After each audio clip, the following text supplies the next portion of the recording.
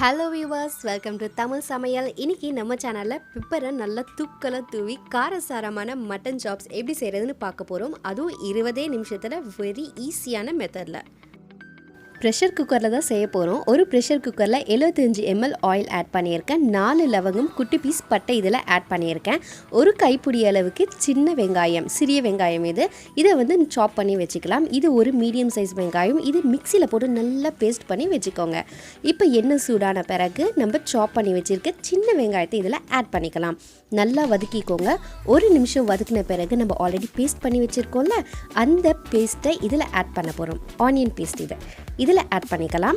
பச்சை வாசனை போகிற அளவுக்கு வதக்கிக்கோங்க. இல்லைன்னா ஒரு 5 நிமிஷம் வதக்கிக்கோங்க.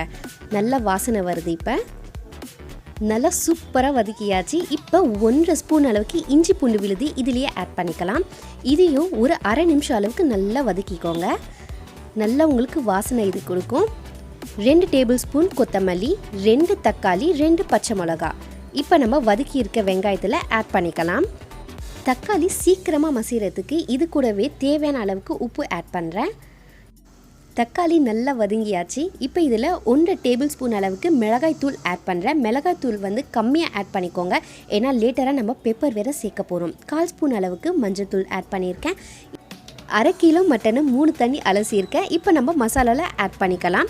ஆட் பண்ண பிறகு 1 நிமிஷம் அளவுக்கு சும்மா நம்ம வதக்கிக்கலாம். இதை வதக்கின பிறகு 200 ml தண்ணி இதில் நான் ஆட் பண்ண போகிறேன்.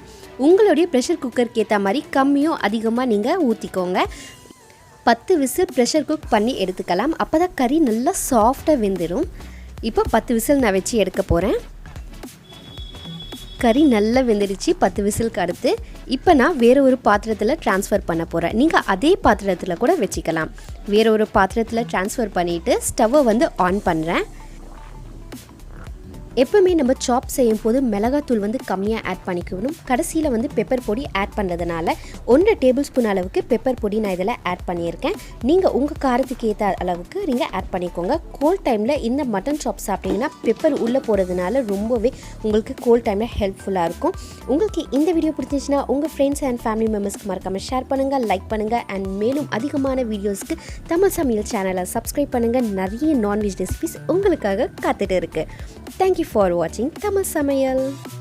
Yummy, yummy. Subscribe Tamil Samayal.